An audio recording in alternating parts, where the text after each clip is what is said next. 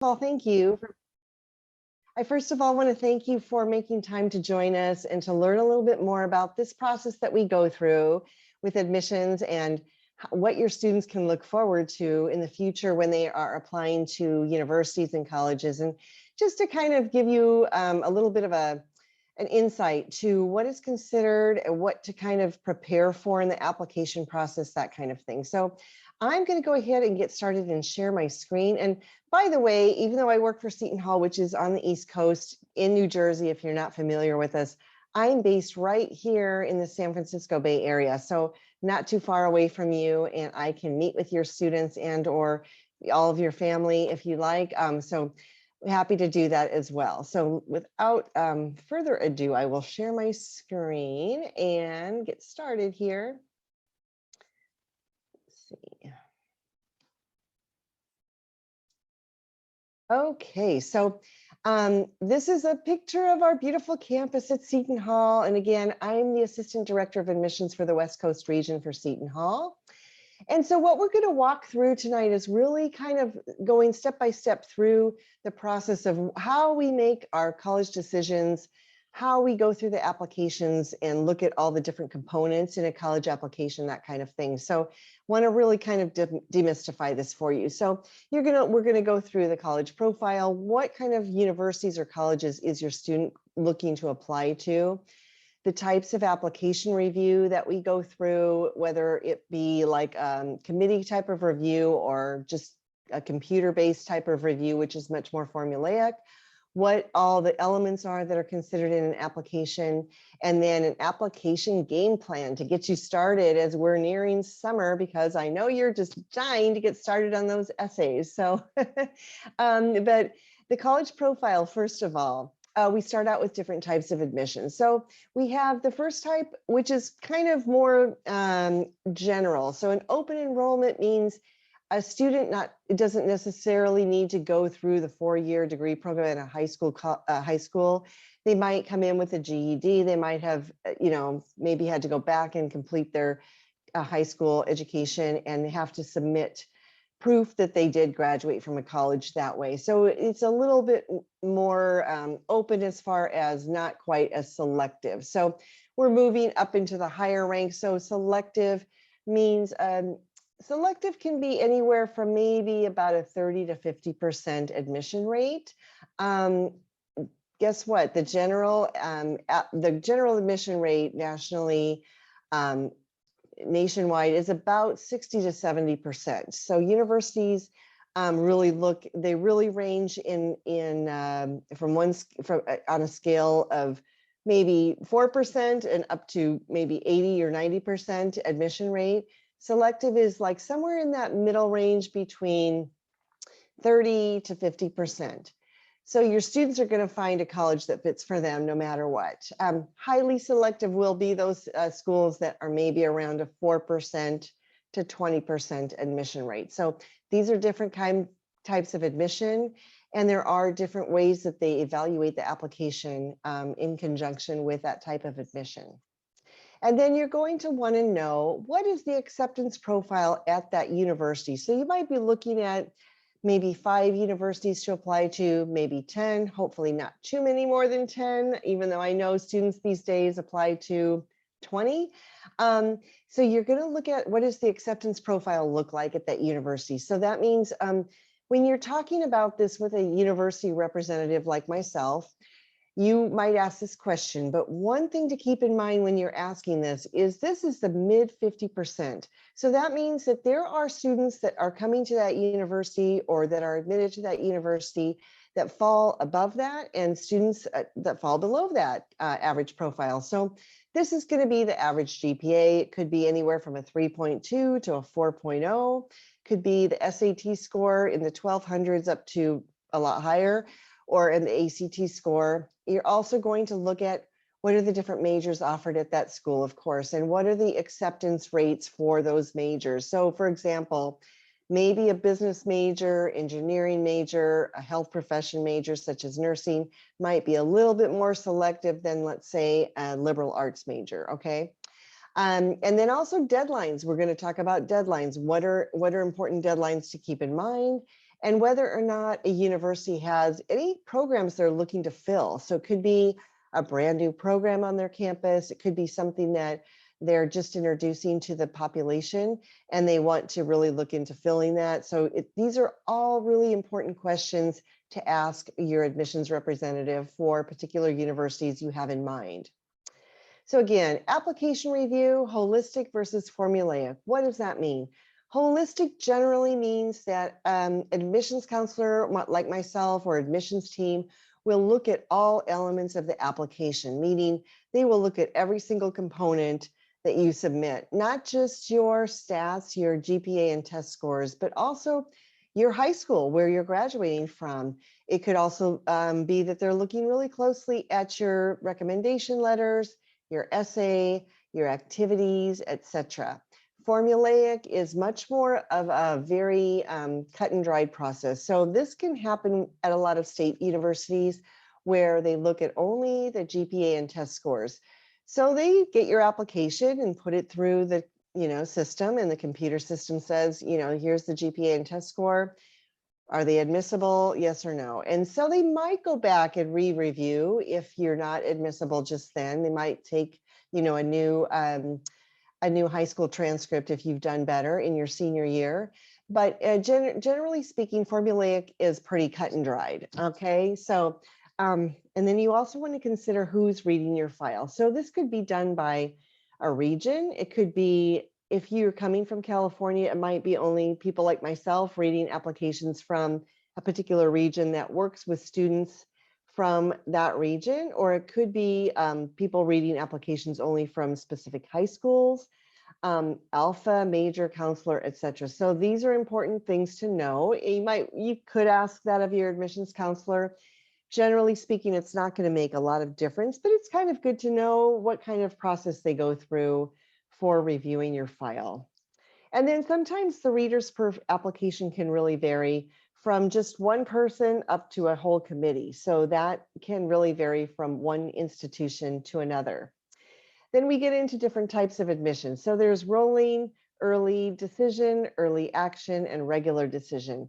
So rolling admission means basically you can submit your application pretty much any time. So generally speaking, applications, the Common App, I think usually opens in August, and many universities start receiving their applications at that time. And those can go all through May, May, June, until their class is filled. So rolling applications gives you a little bit more flexibility. Early decision means it is a really decision. So it means that you are committing those schools that you apply to that are early decision. You're saying to them, if I get in here, I am committing, I'm going to enroll because that is my top choice. So you only really want to pick one of those. Very seldom do universities offer the opportunity to kind of back out of that agreement. But I mean, if you're having a financial difficulty navigating how are you going to afford that university, they will definitely consider that too. But early decision is a binding decision. So that's important to keep in mind. Early action means usually those deadlines start happening in October and November. Early action, if you want to apply by those dates, typically at most universities, it means number one, you're showing that you're very interested in that university. Number two, you might have access to more scholarships because they have a pool of money that they set aside for those academic scholarships. And with early action, you might have an opportunity to get a little bit more money than the people that are applying later on in the process. And then there's regular decision, which usually happens somewhere between January to March. So typically regular decision deadlines will happen January 1st, February 1st, March 1st, etc. So these are just giving you a little bit more time to apply, but they're also providing a deadline so you can actually have something to look forward to and get those applications in and deadlines met. And sometimes what happens with regular decision students, I found in my case at Seton Hall, many times students might not know about my university until later on. And then we come on their radar for some reason and they apply regular decision, which isn't a bad thing. And they're not going to be penalized for that at all. But sometimes it's just a matter of a student saying, oh, I didn't get into my top choice, and then I found out about this school, and lo and behold, this is a really good fit for me. So they might apply a regular decision in that regard. Okay, so these are the elements or the components of an application that we consider as admissions counselors. So number one, personal information, really simple. It's, if you go through a Common App, I don't know how many of you have yet accessed that or opened it, possible that you might have, but it walks you step by step through all of these different components. So the personal information really is just, your name, birth date, etc., parents, etc. Then we're going to consider your rigor of curriculum at your high school. So as admissions counselors, most of us do know, okay, when we look at this school versus that school, it's not exactly the same. We sometimes are comparing apples with oranges, right? So if we are a good admissions counselor, we know that, and we can basically, in the end, if we need to, advocate for your students saying, I know this high school, it is a very competitive high school, and the curriculum is pretty rigorous. And by the way, this student has taken X number of AP courses or is an IB program or that kind of thing. And we can look at, those kinds of elements of your application to really advocate for you as a student. So it's important to keep in mind, that's what we do know as admissions counselors as well. And then we're going to maybe look at test scores. So as we know, after COVID, a lot of universities have gone test optional. I'll get to that in a second. But test scores is another element we will look at. We're also going to look at your activities that you've done as a student throughout your high school years. And even before that, if you want to submit those kinds of activities, those are important to note. Attributes or awards that you've received. We're also going to look at your essay or personal statement. So this is really important for some universities. Some universities do not even look at your essay. So again, when you're considering those universities that you want to apply to, it's good to know in advance if the university is actually even going to read your essay before you spend a lot of time and blood, sweat, and tears, etc., on that essay, right? So important to know the components of that. Supplemental information, this I'll get to in a second. Recommendation letters, usually from counselors and teachers, and I'm going to go into these more in depth in a second. Demonstrated interest, and then also if you are applying to an art school or you're applying for, let's say, a theater program, that kind of thing, you might have to submit a portfolio or examples of your work, or I forget the word I'm looking for, but a body of work. So you might have to submit something of that nature in your application. So again, personal information, pretty straightforward: gender, your ethnicity, your citizenship, your demographic information, family information, disciplinary issues. So these are all really important components. I would say I get a lot of questions about, well, what really matters here? So citizenship can matter if a university is really looking to build their international population, for example. So if they are looking to do that, it's important for them to really note, oh, this person is actually originally from X country and we want to build that population. It's not as big of a deal nowadays as it has been in the past, but sometimes it can be for a particular university. Demographic information, this could be important to universities as well. Just the reason that can be important is just looking to find out how likely is this particular student to go to your university. So I'll just make an example here. So for Seton Hall, we look at, we know that a lot of our students do come from New Jersey, New York, and Pennsylvania, but California does make up our third largest out-of-state population. So we do look at pockets where students have come from in the past. So we look at the demographic information tied to that too.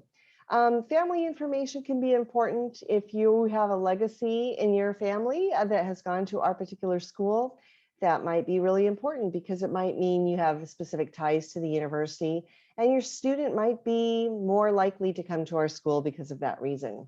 And then of course, the fun part, disciplinary issues, you do have to put those in. Please, if your student does have any disciplinary issues that they need to address or include, please do include those, because it really is not a good idea to try to hide it. And then we find out later, of course. So definitely put those in. And many times we find that when these issues are brought up in review, if they have to be, they're usually very minor. And if they are larger than that, we can usually discuss them and find a way. So definitely make sure you address any disciplinary issues as well. Okay, so then I talked a little bit about rigor of curriculum. So we're going to look at the school the student attends. And this can be, we look at within the school context. So we look at the class rigor they've taken, the course load, their grade trends. So if a student has really seen,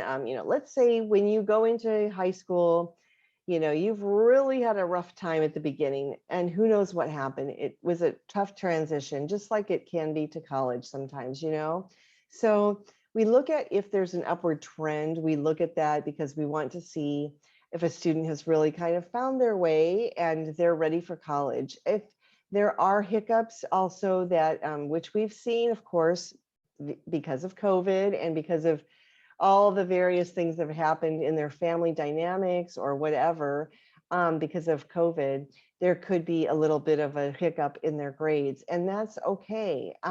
We look for that, but I'll get to this in a second, something that a student will want to address in their application later on in the application in supplemental information. Okay, and then weighted versus unweighted, something you want to ask your admissions counselor as well. So when an admissions counselor is going through your admissions application, are they considering your weighted or your unweighted GPA? And many times, a lot of us in university life, we look at unweighted because we want everybody to be on a level playing field. So for example, I work with students from Washington as well. They do not weight anywhere in Washington. So everybody is unweighted. So it's important to really note that when you're talking to an admissions counselor, if a GPA is weighted or unweighted, that they're considering. And then it could be important that the class rank comes into play. So scholarships can be important if a student falls, let's say, within the top 10% of their high school, and it might not be important. So if a university, when they're evaluating your application, finds that that is a really important element to consider, they will let you know that as well. But again, really important reason, I can't drive this home enough, to really get in touch with your admissions counselor of your particular schools that you're considering, because they are very helpful in this process, and they will tell you, and they'll be very forthcoming. And if they aren't, then somebody will at that school. So definitely you can find somebody that will help with these kinds of questions. Can I ask you a follow-up question, Lisa? Sure. In terms of grade trends, I see one in our chat box saying that, the students struggled during remote learning, the grades were a little lower, but they started doing well again. So obviously there'll be extenuating circumstances, a lot with COVID, but other things as well. So how do colleges kind of understand those and make sense of those? And that's very common. Thank you for that question. Yeah, so universities these days, they totally understand that. I mean, people were sharing internet access in a household that, we're getting bumped off. I mean, I've read it all in essays. I've heard every single story probably out there, or family members lost their jobs. A lot of things were happening. I've had students that have had to go out and work to make money for their family because their parents lost their jobs. I mean, I really, honestly, my heart goes out to you all, students and families in general. But we do understand that, and we will look at that in the big picture, especially if it is a holistic review university. So if it is a state school that just does a really formulaic review, typically those are state schools that do that. You can also submit, or you could this is where calling your admissions counselor and saying, listen, I knew I could have probably had at least a 3.5 to 4.0 at the end of the day, but here's what happened in my life, because of COVID. So it's really important to stay in touch with folks at the university to let them know this specific situation, what happened to you. Does that help? Absolutely, thank you. The other thing that I wanted to bring up is that Cal High does not rank. Um, so I put an answer in the chat box saying that colleges are very used to this. We do say in our school profile, we don't rank, and it's not uncommon. So I guess if you had anything else to add about that, just because I know it's a question. Yeah, so what happens is, so Seton Hall doesn't have this anymore, but we did have a scholarship that was dependent upon ranking. So if you fell within the top 10% of your high school, you would be offered this particular scholarship. So when I noticed a school that I thought the student probably fell in the top 10%, I looked at the whole, their whole profile. I reached out to the counselor, and still you can either find out through the counselor and or the registrar at that high school whether or not a high school, if that student falls within the top 10% or whatever the ranking profile that a particular university is looking for. There are ways to get around it if that's important to you, the university you're applying to. If the student says, I really need to know what my ranking is, I don't know, then they can actually have the registrar or the admissions counselor at the university reach out to the registrar at the high school and find out. So there are ways to find that information. But good question. Yeah, because I have come up with that a few times. So now moving on to test scores. So I mentioned before, test scores, yeah, very much so the case now. It's optional. So Seton Hall was not test, for example, was not test optional before COVID. But now we are through fall of 2026, except for a couple different programs that are a little bit more particular because of rigor required for the university and for that particular program, or the educational. So in our case, it's education because the state of New Jersey does require test scores to go straight into the education program. So but anyway, SAT, ACT. So ask your counselor what's important. Does it matter? And it doesn't matter, honestly. Schools are not able to say one or the other. They have to accept either or. So, but a student might do better on one versus the other. So that's important to know too, because sometimes students do really well on the SAT or not so much, and they do better on the ACT and vice versa. So just important. Most of the time you can submit both of those scores. Super scoring means the school will take the highest score. So it means if a student has taken both the SAT and the ACT, they'll take the best score of either of those.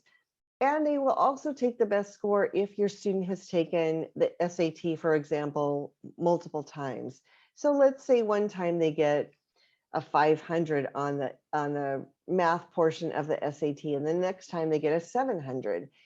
Most schools do super scores, so they will give you the 700 on your test scores when they're evaluating your application. So important to know, though, if you have questions about that, just ask the admissions counselor and say, do you super score? So, and I think that now people are starting to take the tests a little bit more frequently, but if you know you're not a really great test taker, and or this is another really important point, if you don't do so well when you take the SAT or ACT test, ask the counselor, is this going to be in my best benefit to submit these test scores or not? And the counselor will tell you, hey, if you got that on your score and here's your GPA of 4.0 and your score's not so great, that's not really indicative of what you can provide as a student. So I really wouldn't submit the score because it could make you non-admissible to that particular program or school. Now, if you have really strong test scores, then you might want to submit those scores because it could result in an additional academic or merit scholarship at that particular school. So I hope that's really helpful. I mean, I think that my biggest point again is really reach out to those schools, find out what is the situation at your school. And usually you can find the preliminary information on their website to find out what is the situation with test scores. Do I need these? Do I not need them? And if I do submit them, what is the likelihood that they're going to be really evaluated and be important? So good to know that as well. Let's see. Okay, so activity resume, work resume, etc. So this is a part in the Common App and or a particular university application where You will submit all the various activities. You can also submit a resume if you'd like of what you've been doing while you're in high school. So these are things we look for in those activities. So any kind of dedication, leadership, employment activities, community service, family responsibilities, athletic achievements or leadership in athletics, going above and beyond, any kind of internships you've had. So all of these are going to be really important for us when we're reviewing your application in your activity profile. So one thing I always like to say when I get to this part, because I know some students, I read their applications and I just love them. I love these students because they're so sweet and they can't participate in any sports. They can't participate in any, outside work because they're taking care of a younger sibling that might have special needs, or they might be taking care of a grandparent or something of that nature where they have specific health needs and nobody else is around to help. So definitely we do not discount for this. This is really important for students to really understand that counts. I mean, that is really important to make sure you note in your application, and you get credit for that because we can see, well, geez, this student doesn't have any time to do anything else. So, and we give you, I think for me, I give those students a lot of credit too, because that takes a lot. I mean, when you're giving back to your family so much, any kind of community service, that kind of thing. The other reason these activities are really important to list is because when I'm reading specifically an application, I look for, is this student going to love what we have to offer at Seton Hall? And a lot of other university admissions representatives look for that too. We look for like, okay, what kind of activities do they really like? Maybe they want to do debate at our school. Maybe they want to play a sport, and maybe they haven't even thought about that we have opportunities that they haven't even recognized or know about yet that we can tell them about once we read their application. So these kinds of things in your list of listing all of them, list as many as you can, because really this is your area to brag as well. And tell us who you are through your activities and those kinds of things. So any kind of awards that you have, whether you've been a captain of a team, if you've been the debate captain, if you've been part of the student government, if you've invented something that, or, like I know students of mine have started businesses in the past, pretty amazing things that students do. So any kinds of these things that you've done that really you want to shine in, it's just your chance to shine. So we really want you to do that on the application, and just let us know who you are through all your accomplishments, so we can not only get to know you, but also find out again how we can help you at our school to continue in that on that pathway of really becoming a leader or becoming the person that you want to be in college and going forward into your career. Okay, so your essay, this is the fun part. Everybody loves the essay. So my advice on the essay is always, I do a lot of essay workshops from now until through the summer. So I work with a lot of students on these particular questions. So what do you want to consider? First of all, make sure you start your essay early. So you might even want to start now, but definitely in the summer, start thinking about what you want to write about in your essay. So we like to see essays that really tell us who you are. So as admissions people that are out there, and we are all over the country, maybe in a different country as well, if you're looking to apply internationally, we might not ever get to meet you. And yes, we can meet you virtually, but it's different. If we don't get to know you very well, if we didn't have the time to really get to know you, your essay can kind of give you a little bit of an insight to who you are. So in your essay, you do want to set yourself apart. You want to really make sure it's edited carefully. You want to have a good, well-written essay. You might want to work with someone on your essay, maybe your counselor at your high school. They're very helpful with that too. And it could be, anyone. So definitely get to work on that early. Talk about your personality, your values, who you are as a person, and also really think about your essay as, if my best friend was reading this, or my parents were reading this, or somebody on the other side didn't even know me, would they get to know who I was through my essay? Just a little bit of an insight that helps. So anything of, stories that you have in your life to tell us, those are always fun. Sometimes I really get a great insight to students and their personality through their essay, whether it be really hardworking or really funny or has a good sense of humor, that kind of thing. But whatever you can do, I would say the number one piece of advice I would give you on your essay is start early and make a lot of edits. So when I do essay workshops, I typically will meet with students for a half an hour, and then they might have 5 different drafts they have for me to read, and I help them figure out what's the best approach for them to take. So that's okay to do. So like I said, just start early. And then supplemental information. So this could be required from universities. Some schools actually require supplemental essays. So they want to hear, why particularly are you picking my school to apply to? Why do you really want to go here? Tell me all the reasons.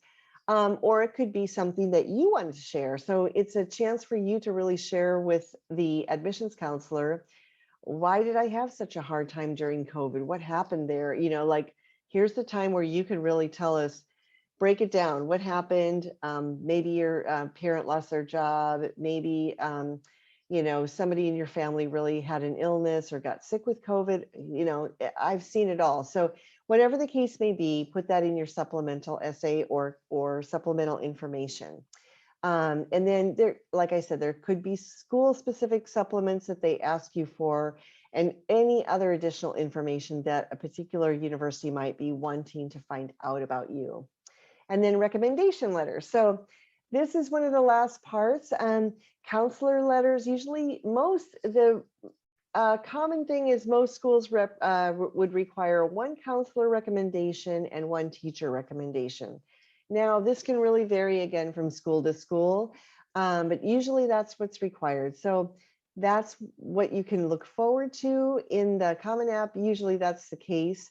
What happens is you want to really reach out as a student to those counselors, to those teachers early on. Give them the heads up that you're going to be asking for a recommendation letter if they're not already prepared to do so.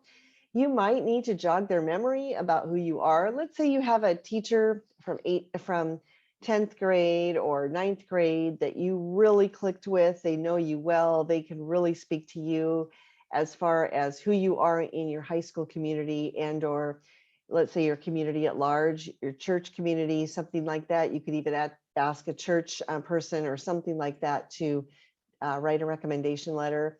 I know I've gotten a letter before from the governor of Washington. So, they can come from all different sources, but basically what you want to do is reach out early to these people, let them know who you are, let them know what you're trying to accomplish in your college education and kind of where you're headed in college, so they can really speak to that as to represent you appropriately in your recommendation letter.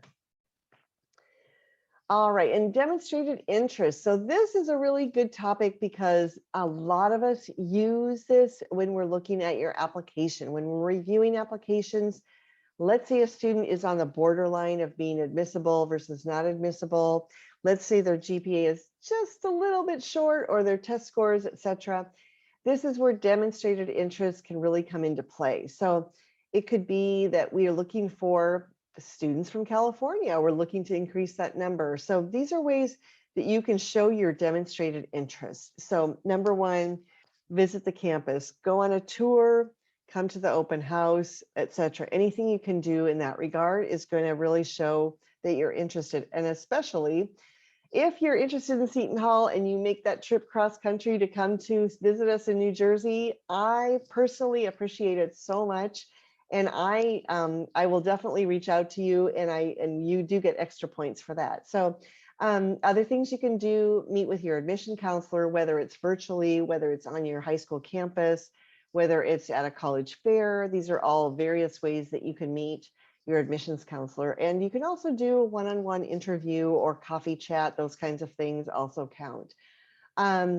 When you do have interviews, it's really important that you arrive early. So one of my colleagues has always said, don't forget, if you're meeting at Starbucks or something like that, your interview starts when you start in the parking lot. So maybe your admissions counselor sees you in the parking lot and they watch you, and they see, I mean, not that they're going to be that judgmental, but, just be prepared, become professional, come prepared for that interview and make a good first impression. And when you introduce yourself, you know, have a passion about that school. Maybe you already know this school may not be the correct fit for me, but definitely put your best foot forward and put on your best acting and just sound like you're interested. And also, if an interview is offered, take it, because if you're really interested in that university, you want to show them that you're very interested, and show them by interviewing with them. And when you do go for the interview, this is a whole other subject matter, but come prepared with questions about, a little bit about the university. So you want to know, hey, what's housing like? What's the food like? Tell me a bit about the community, that kind of thing. Don't just ask about different majors and are they good or not, because that's not going to show that you're very prepared. So definitely come prepared. Okay, so that's kind of the end of all of the different elements. Now, what are you going to do going forward? So I'll stop right here for a second and ask Kelly. Kelly, do I have any questions that you want me to address? I think a couple, perhaps. So one that we got, and I just want to get your opinion. I gave my 2 cents about it, but how far back should extracurriculars go? Only for high school or before that as well? I think definitely include all of the high school. If you had, experiences as a younger person or younger student that you think are relevant to what you want to study, or things that it's important for, let's say, the application reader, the admissions counselor, to get to know you better, you can definitely include that. It's not going to hurt. Awesome. This one is talking about basically extenuating circumstances. The example they gave is the student moved from a different country and maybe they didn't get involved in as many things because they were new to the country. They were figuring things out. So the best ways for students to include these extenuating circumstances in their application. Oh, really good question, because I have had that in the past. So I would say you could address that in your supplemental essay or supplemental area after your essay. If you don't want to write about that as your primary essay topic, you could definitely write about that and say, hey, here's who I am and here's who I came to the US being, and now I'm this person, but I took the best of my abilities to make the best of what I could while I'm here. And it wasn't easy. So you could definitely put it in your essay, but I would say if you don't do it there, you would want to definitely include it in your supplemental essay or supplemental information, and just say, just so just so you have an idea of who I am and how my progression has been since I've become a citizen of the United States, or since I've been living in the United States.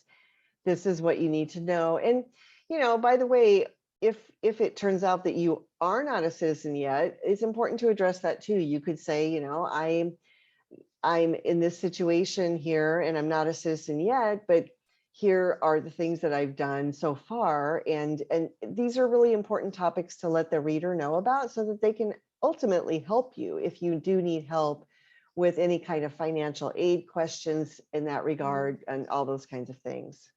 Yeah, that's a really good point too with the financial aid. There's always that money piece. Yes.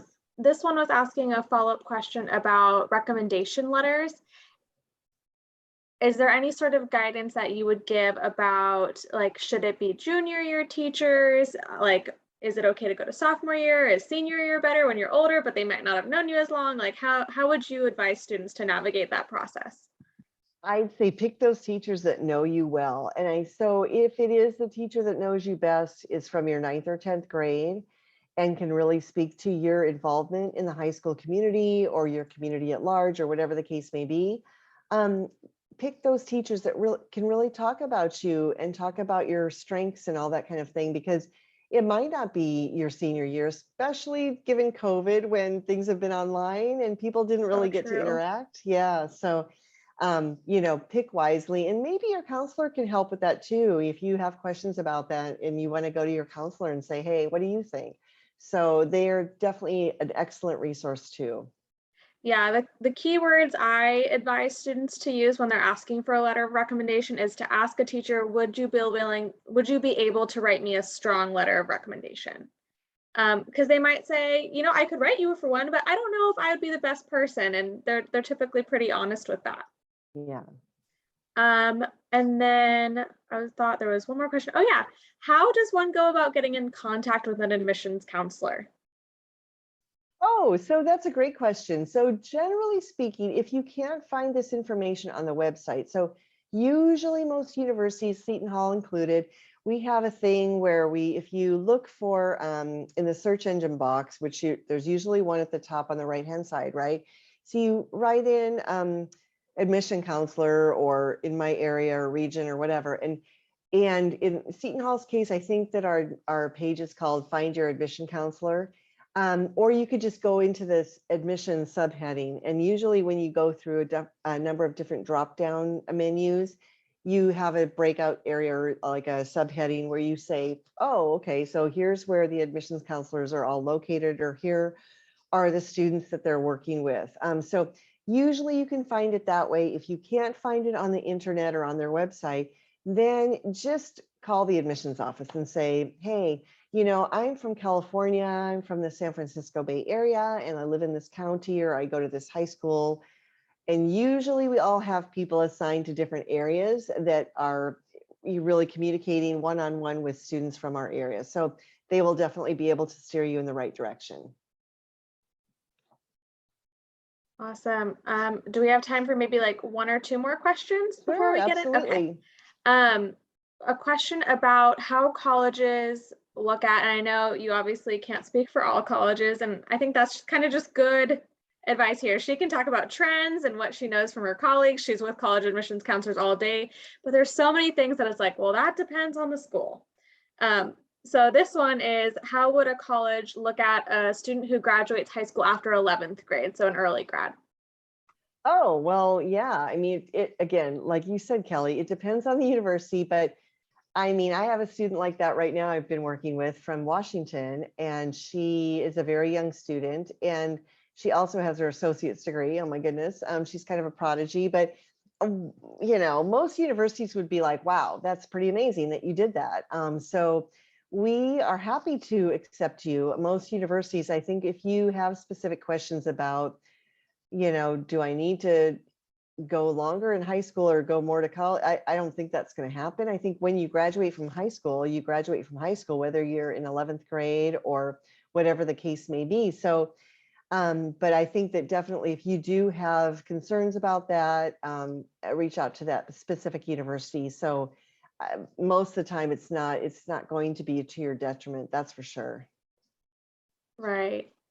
And then this one was asking, and again, I don't know how much you would know about this at other colleges, but how classes taken at a community college factor into like a student's decision. They were specifically asking about GPA. That will definitely be it varies by college question, but. Correct. Yeah. And if you are dual enrolled, as we say, in a, you know, your high school, you're finishing up, or you're done with high school and you're already in college, you know, community college, you're dual enrolled before you graduate from high school. Different universities look at that differently. So some will take all of your credits if you've earned X number of credits in college so far. Let's see if you're going to, in this case, let's say it's Diablo Valley College or Chabot or whatever. Some will take all of those credits. Seton Hall only takes up to 45 credits. And then sometimes it really depends on the curriculum that you're going into, because let's say maybe you're going into an engineering program or a health profession program, and they really want you to take their specific biology courses or biochemistry or whatever the case may be. That's going to factor in. So definitely really varies from university to university. And when you get to that point of applying and they're considering all of your credits, they will have to probably go to an academic advisor and or the registrar, et cetera. Different people review those kinds of criteria and information in your application. Thank you. And my last question is a Seton Hall specific one, so I'll save that until you're talking about your lovely campus. Okay, great. Thanks, Kelly. So let's see. So here's your application game plan. So this is just to really give you a broad brush stroke of things you can do to get yourself started on a great trajectory for the future. So a lot of people use a worksheet and or a spreadsheet, et cetera, that includes all these various elements or information. So, you know, you're going to be collecting information from different universities that you're interested in on what is their acceptance rate? Is it 4%? Is it 20%? Is it 70%? You know, so important to note these things as well as the average SAT or ACT test scores, whether or not a university is test optional, what the average GPA, you know, basically the student profile from the previous years.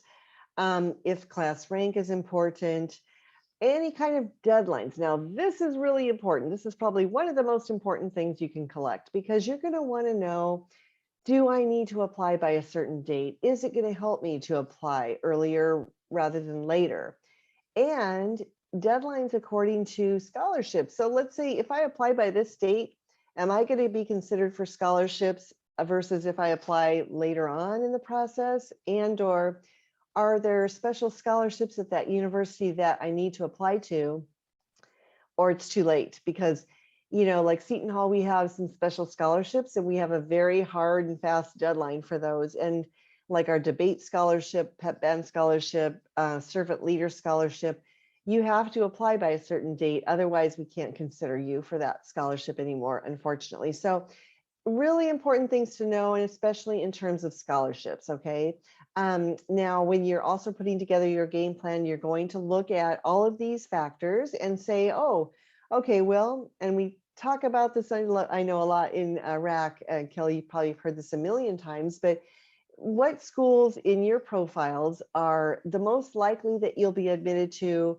What are your target schools? So likely means these have profiles that are, you know, equal to or below. Maybe the GPA is well below what you have, that kind of thing. So you're definitely going to get in there if you apply. Target schools are those that you fall right in line with whatever their profile is. And then some schools might be more of a reach. It doesn't mean you should count them out because you might be admitted to those as well. So definitely get an idea of what the profiles of these schools look like when you're applying. And then other action items for you as a junior. If you are a junior, finish this year strong. Also, you want to finish your senior year strong as well. Don't just fall off the page, you know.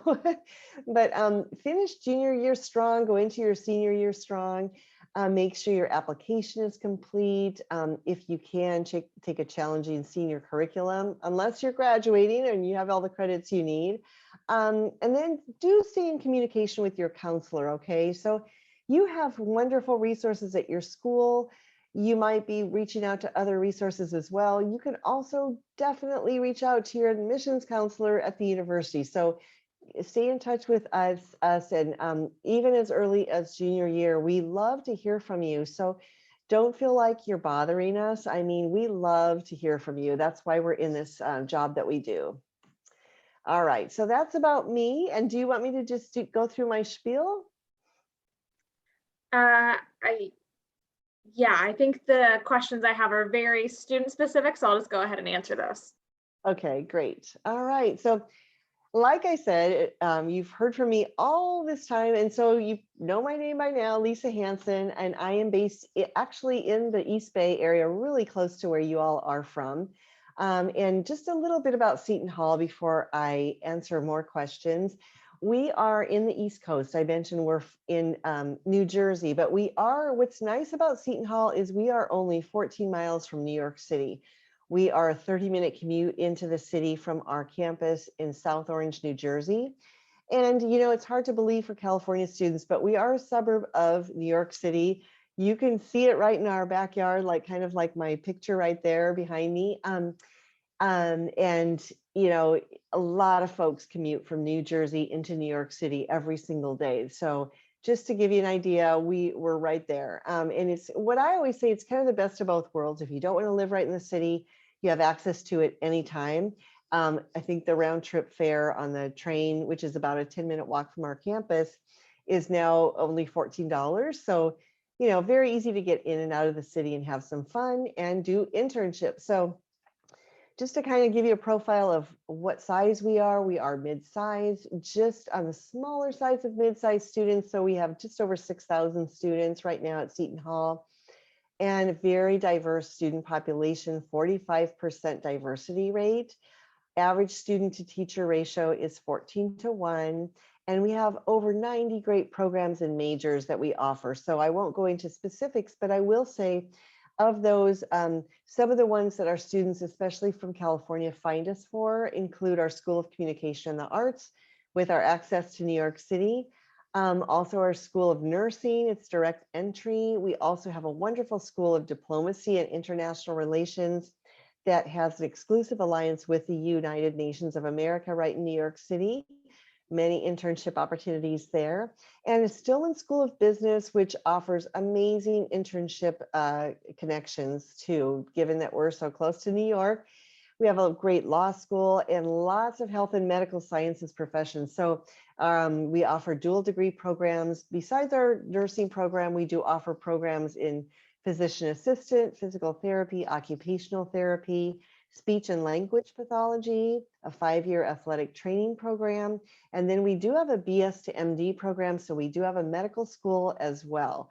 So lots of opportunities for health careers. Then we are known for internships. So this slide just kind of gives you a small sampling of some of those internship opportunities.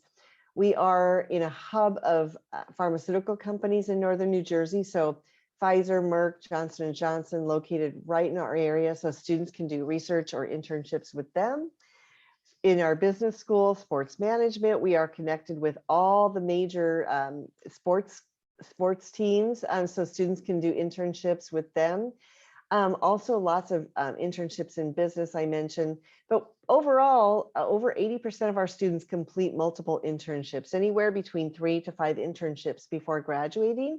So they are well on their way to getting a great job and career after they leave us at Seton Hall. And then new things that we offer at Seton Hall, you know, many people know us, if they know us at all on the West Coast, for our basketball team. So we are Division I athletics. We're in the Big East Conference, 14 different Division I athletic teams. While we didn't go very far in the tournament this year, last year we did win the Big East Championship for our men's soccer team. We do offer lots of great club and intramural sports, Greek organizations, and over 150 different clubs and organizations. We do have another campus where I mentioned our health professions. That's where they study when they get into their health profession, part of their program. So it's called our Interprofessional Health Sciences Campus in Nutley, New Jersey, just about 15 minutes away.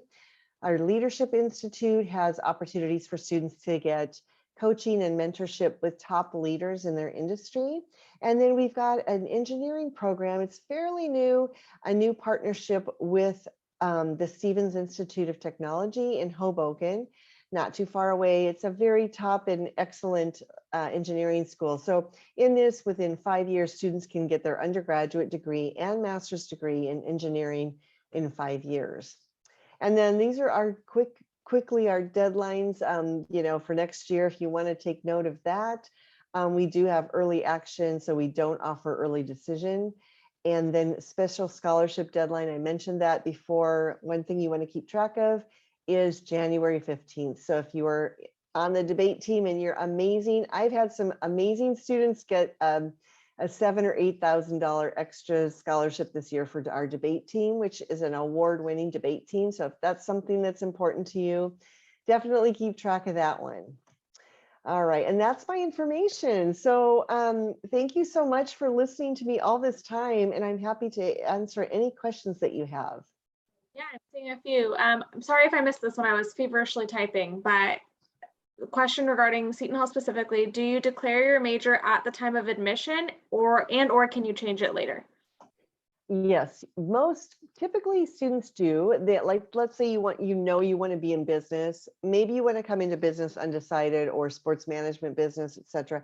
We have a place to apply for those specifically on their application. Now, if you're not sure, will I be admitted to business? Maybe your GPA is a little bit lower and you're concerned that you might be not be admitted to a specific program. You can always apply undecided, and it doesn't mean you won't get into that program later. You know, maybe you did have some hiccups in high school, so you can definitely apply undecided and then change your major. We've even had students change from a diplomacy major into our nursing school. So yes, you can definitely change your major at Seton Hall. And as Kelly probably knows, most students change their major in college multiple times. So it's very typical. When I went to college, I had no clue what I was going to study. So I figured it out. Yes, but we do not recommend trying to game the system in any way. I've seen that really backfire. If it's like, oh, I'm going to apply for this less competitive major and then try and transfer in. I've seen bad things happen, so be wary of that. Yeah, and I think that's a good point, Kelly, because I think one of the things Seton Hall does offer a lot of dual degree options, but if you are interested in those, we do offer dual options for our law school, for health professions, etc. You have to be admitted to those as an incoming freshman, because if you try to get admitted once you've enrolled, it's not going to happen. So you're going to have to reapply for those professional programs later on. Does Seton have a BSMD program, or might they have one in the near future? We do have one. Yes, we do have a BS to MD program. It's one of our only programs that we do require test scores for. We do require at least a 3.6 GPA to get into that, and then 1400 SAT with a 650 minimum on both the ERW and the math, or a 30 ACT. Awesome. Thank you, everybody. We had some really great questions tonight. All of this recording will be available on our YouTube page. And I just want to thank Lisa once again for joining us. Your expertise is invaluable. So thank you so much, everybody. Thanks, Kelly. Thanks, everybody. It was nice to meet you virtually. And